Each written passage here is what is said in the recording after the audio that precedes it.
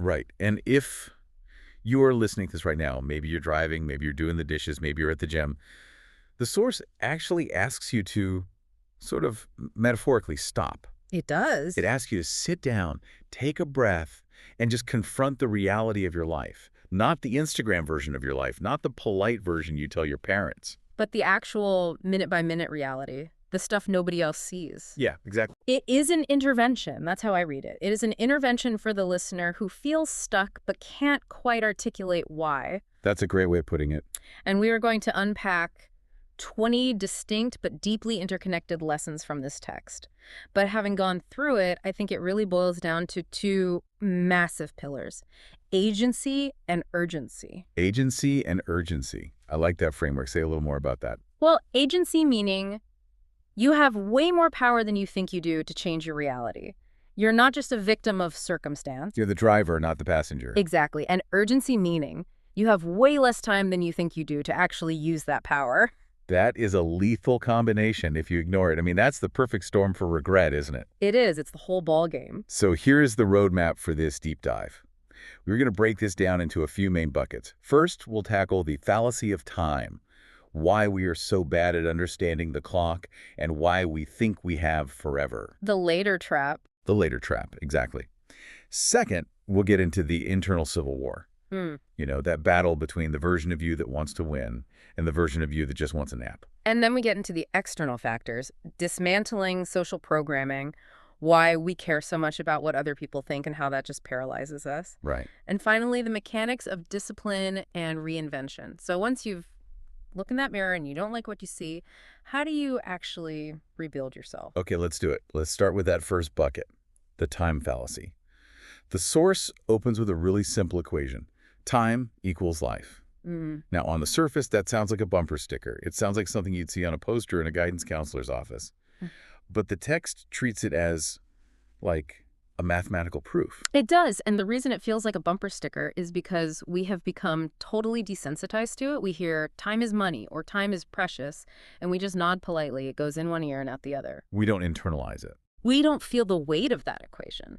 The source argues that when you are killing time, scrolling on your phone, sleeping in late, staring at the wall, you aren't wasting a renewable resource. You are actively destroying pieces of your existence. Destroying pieces of your existence. I mean, that phrasing is so aggressive. It reframes boredom or procrastination as an act of violence against yourself. It has to be aggressive because wasting time sounds benign. It sounds like a little oopsie, a minor mistake. Like spilling coffee. Right. Destroying existence frames it correctly. The text uses this image of the slow, silent movement of life. It says, you don't feel it today. And that's the trap. That's the insidious part. It is. Biology is cruel in that way. You don't feel your energy dropping by 0.1% a day. You don't get a notification. You don't feel your parents aging in real time. That's the part that really got me, the mention of parents. It's so easy to think of ourselves as static, but when you look at the people you love, you realize they're on a timeline too. Yeah. And is moving fast. It is visceral. The source asks you to look at the people you love and realize they are fading. Your dreams are waiting, but people are fading. And then the source asks a very direct audit question. What did you do yesterday? Yeah. What did you do yesterday? What did you do the day before? It's like an accountability check. It forces you to look at the data of your own life. And if the answer is nothing, or the same old thing, or I just got through the day, then you're stuck in a loop. You're existing. You're existing. You are technically alive, medically speaking. Your heart is beating. Your lungs are inflating. But in the context of this mirror, you're just existing. You are a background character in your own movie. And what sustains that loop, according to this text, is what it calls the biggest lie. The lie of later. The later trap. We all do this. I mean, it is the universal human narcotic. I'll start the diet on Monday. I'll write the book when things calm down. I'll learn the language next year. It's always next something. The source argues that later isn't actually a time management strategy. It's a deception mechanism. Precisely. When you say, I'll do it later, what you are actually saying is, I don't want to do it at all, but I don't want to feel the guilt of quitting right now. So it's a way to soothe your conscience. It is. It's the weaker self trying to keep you safe and comfortable. The text is very binary about this. It says, later is the voice of fear, period. It's interesting because the whole idea of later relies on this baked-in assumption that the future is guaranteed. Mm-hmm. It relies on the arrogance that we will definitely be here next week, next month, next year. That is the crux of it. We act as if we have a contract with the universe that says you will live to be 85 and you will be healthy the whole time. We don't have that contract. Yeah. The source puts it so bluntly. You aren't going to get a notification on your phone that says game over in 10 minutes. It just ends. It just ends. That image of the notification really struck me. We are so used to warnings in every other part of our lives. Your battery is low, you get a warning. Your gas tank is empty, warning. Your data plan is almost up, warning. Exactly. But life doesn't give you a 2-minute warning. No, it just ends. And the source says, if it ends while you were still waiting for later, what are you left with? Regret. Regret.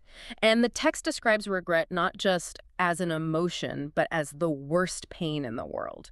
It is the pain of, I could have, but I didn't. So how do we break the loop?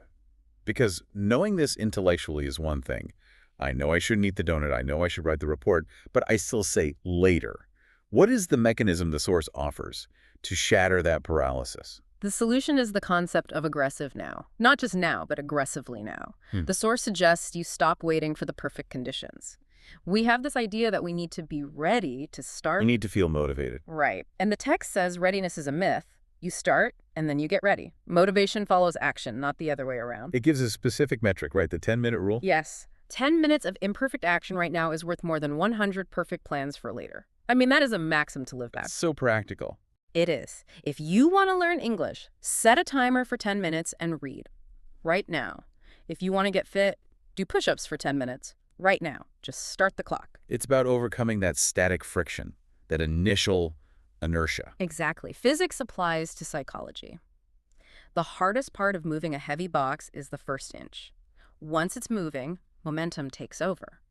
The source says if you don't do it now, the statistical likelihood of you doing it later drops to near zero. You're just kidding yourself. You're kidding yourself. This leads us directly into the second bucket, which is the internal battlefield. Because the reason we say later is because of this internal resistance. The source frames this as a war between you versus you. And this is maybe the most critical insight for me. We often think the enemy is external. We think the enemy is the economy or our boss or the government or our lack of time. We blame everything else. We do. And the Yeah. source says, no, look in the mirror. The enemy is you.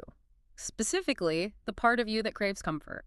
The comfort zone. We hear that term so much in corporate seminars that it has totally lost its meaning. It sounds like a cozy place where you recover, but this text calls it a silent killer. It reclaims the term. It describes comfort not as a luxury, but as a trap. It feels good sleeping in, watching Netflix, eating junk food. It feels like self-care. But the source argues that if you stay there, you are dying slowly from the inside. There's a beautiful analogy about a seed in the text. I think this really lands the point because it connects us back to nature. It's the perfect metaphor. Imagine a seed. If you keep a seed on your desk, safe, dry, temperature controlled, it's comfortable. Nothing is hurting it. Right. It's protected. But it remains a seed. It never becomes a tree. To become a tree, it has to be buried in dirt. It has to, decompose a bit. It has to push against the weight of the earth. It has to face wind, rain, storms. It has to struggle. Growth is a byproduct of struggle. That is the biological reality. And the source says, if you are comfortable, you are stagnating. If you want to speak a language, you have to be willing to feel the discomfort of sounding stupid. Which is terrifying for most of us. It is. If you want to build a business, you have to feel the anxiety of risk. You cannot have the growth without the soil. You can't have the tree without the dirt. But it isn't just laziness that keeps us in the comfort zone. The source touches on something that hits, I think, even harder for smart people. Overthinking, the paralysis of analysis. Oh, this is the trap for the intellectuals. The source calls the mind your best friend and your worst enemy. And it becomes a cage. We fool ourselves into thinking that thinking about working is the same as working. Like researching the best gym workout for 3 months, but never actually stepping foot in a gym. Exactly. The text uses the swimmer analogy. Imagine a guy who wants to learn to swim. He buys 50 books on hydrodynamics. He watches every Olympic race in slow motion. He buys the most expensive Speedo.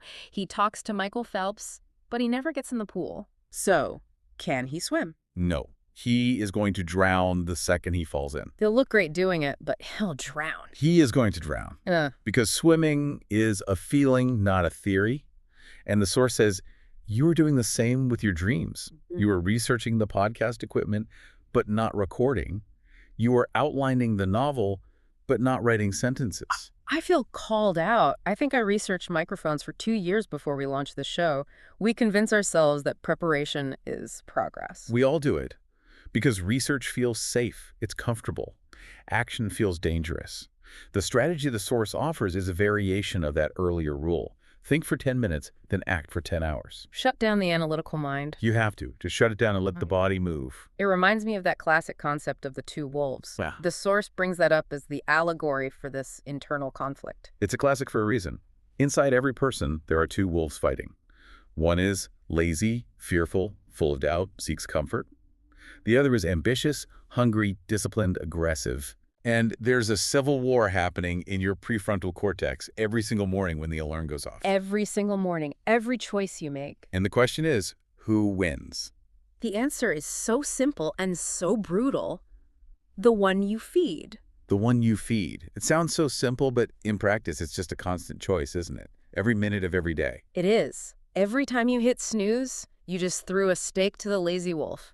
Every time you pick up your phone to scroll mindlessly when you should be working, you are feeding the weak wolf. And guess what? Wolves grow when you feed them. They get stronger. If you feed the lazy wolf for 5 years, he becomes a monster that you can't control. He runs your life. So the source suggests starving your distractions. And it means this literally. Not just managing them, but starving them. Literally, it says, set boundaries like a warrior, not like a polite guest. Like a warrior protecting a fortress. Turn off the phone, delete the apps, say no to the happy hour if you have work to do, cut out toxic people. That's a perfect transition to our third bucket, dismantling social programming.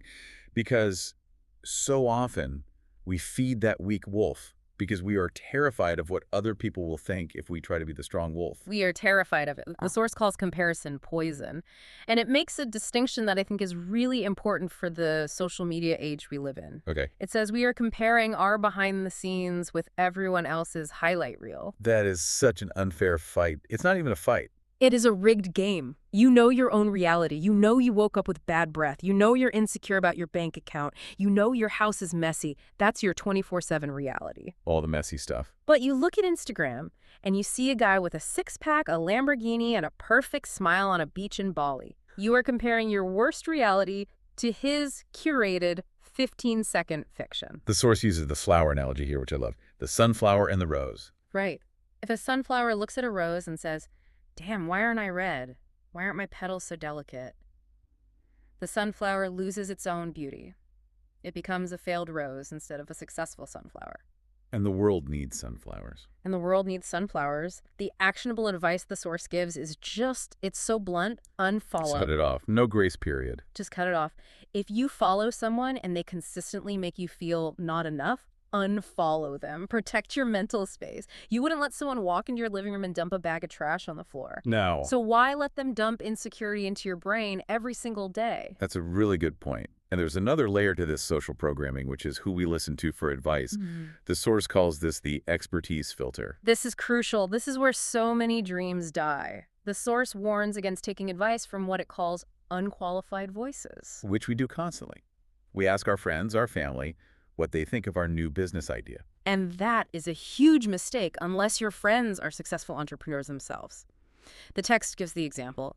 You wouldn't ask a friend with a broken roof how to build a house. Of course not. You wouldn't ask a broke friend how to get rich. So why on earth do we ask people with no experience in our chosen field for their opinion on our dream? I think we seek validation.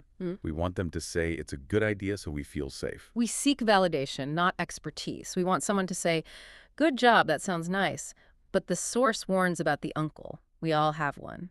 The famous uncle who has worked a safe, boring 9-to-5 job for 40 years. He's a good man. He loves you. Right. But he tells you that starting a YouTube channel or building an app is too risky. And we listen to him because he is family. We conflate love with competence. We think because he cares about us, his advice must be good. But the source says, why would you listen to him on this topic? He's no experience in the arena. It calls this opinions without pain. Opinions without pain. That is a brilliant metric. I'm going to use that. Isn't it? If someone hasn't felt the pain of the arena, if they haven't gotten bloody trying to do the thing you want to do, their opinion is weightless. You have to learn to filter the noise. This reminds me so much of the story of Nick in the text. Ag- Felt like such a tragedy, even though nothing physically bad happened to him. Nick is the tragic archetype of modern life. He's the guy we all know. He's smart, capable, has all the potential in the world, but he is stuck in a job he absolutely hates. And why? Because he is terrified of what his parents will say. He is terrified of not looking stable to his peers. He is living his life to fulfill a script written by someone else. He's checking boxes on a list he didn't even create. And the source describes the result of that life as smiling in public but crying in your room. That hit me hard, because it's the definition of high-functioning misery. You look successful on the outside, you have the good lease, the nice car, the important-sounding job title, but you are hollow on the inside because you aren't living your life. You are an actor in someone else's play. And the hard truth the source delivers here is, you were not born to fulfill someone else's dream. And that transitions us perfectly to the most controversial, but I think the most liberating part of the text. Bucket number 4, the concept that nobody cares. Yeah? Nobody is coming to save you. When I first read that, my stomach it dropped. It feels so cold. It feels lonely. Nobody cares about your problems. It starts bleak. I agree. It sounds like pure nihilism. But if you follow the logic, it pivots into absolute freedom. The source asks you to consider. If nobody cares, then nobody is watching you as closely as you think. That's the flip side. We think we are the main character in the universe, that everyone is paying attention to our every move. We walk around thinking we are under this massive spotlight. Oh, if I fail at this business, everyone will laugh at me. If I post this video and it gets no views, everyone will judge me, the source says. No, they won't. They're not thinking about you at all. They are too busy worrying about their own bills, their own insecurities, their own lives. They might look at you for 2 seconds, say, huh, and then go right back to thinking about themselves. So the fact that nobody cares means you are free. You are free to fail. You are free to look stupid. You are free to try again and again and again. The fear of judgment is mostly a hologram created by your own ego. But because nobody is coming to save you, that implies something else, doesn't it? It implies the cavalry isn't coming. There's no rescue mission. It implies that you have to save yourself. This is the concept of pick yourself. Pick yourself. That is a huge shift from the lottery ticket mentality a lot of us have. We spend our lives waiting for permission. We wait for a boss to promote us. We wait for a publisher to pick our book. We wait for a casting director to give us the role. We act like children standing on the sidelines, waiting to be invited to the party. The text uses J.K. Rowling as the example here, which is such a powerful one. It's the perfect example. Rejected 12 times, 12 publishers looked at Harry Potter and said, no thanks.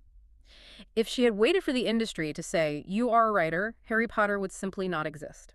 It would still be in a drawer somewhere. Exactly. She had to approve herself first. She had to say, I am a writer, even when the world was screaming, no, you're not.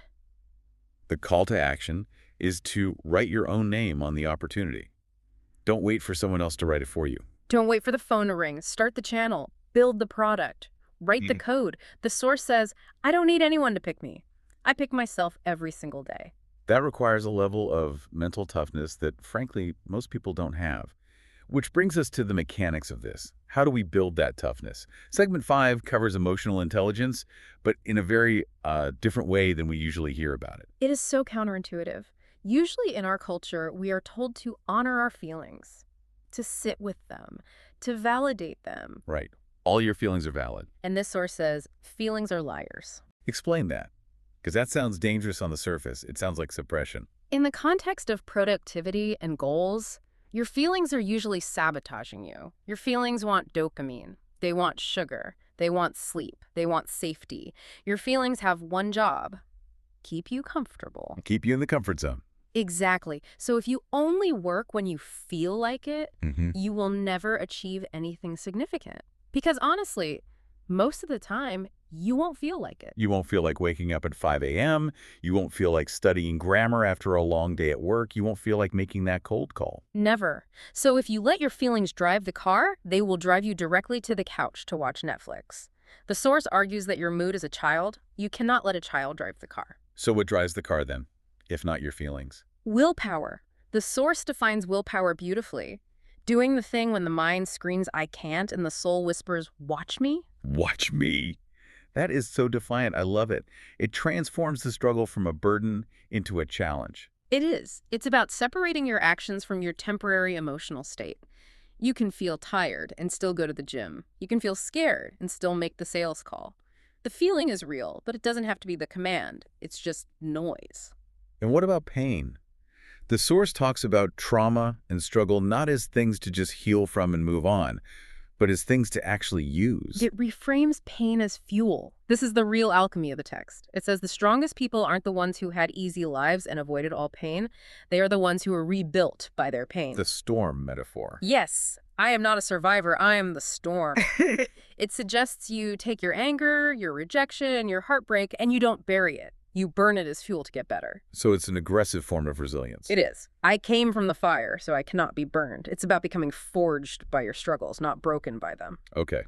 So we have the mindset. We've stopped waiting for permission. We are ignoring the later trap.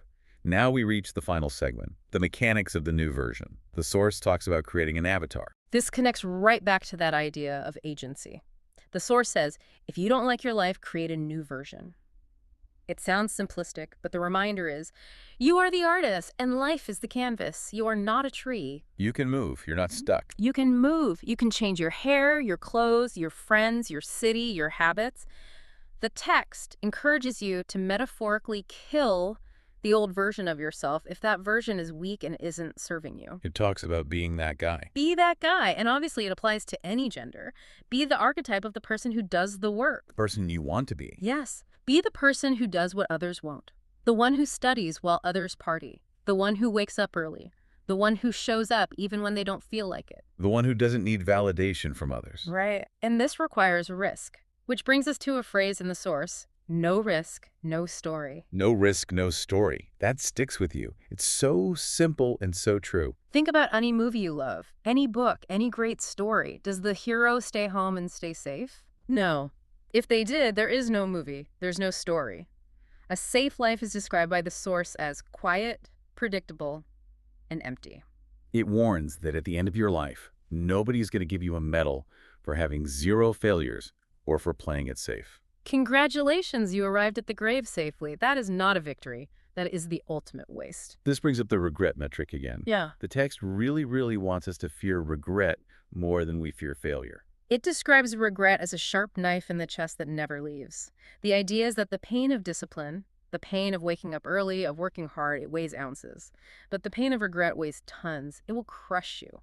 That visualization it gives of standing in front of a mirror 10 years from now, tears in your eyes, asking, what happened to my dreams? What happened to that person I wanted to be?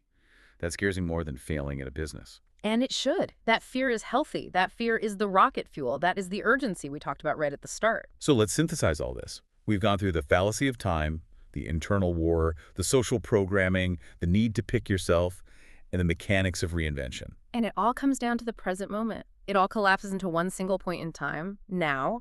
The source's demand is, why not now? It challenges you, the listener, to give one solid reason, a real reason, why you can't start right now. And it predicts the answer. You won't find one. You will find excuses. I'm tired. I'm busy. I'm scared. But those are excuses, not reasons. A reason is I physically cannot move. An excuse is I don't feel like it. Why owes us nothing, does it? Nothing. The source is absolutely brutal on this point. Life doesn't owe you anything. It only rewards performance. It rewards blood, sweat, and obsession.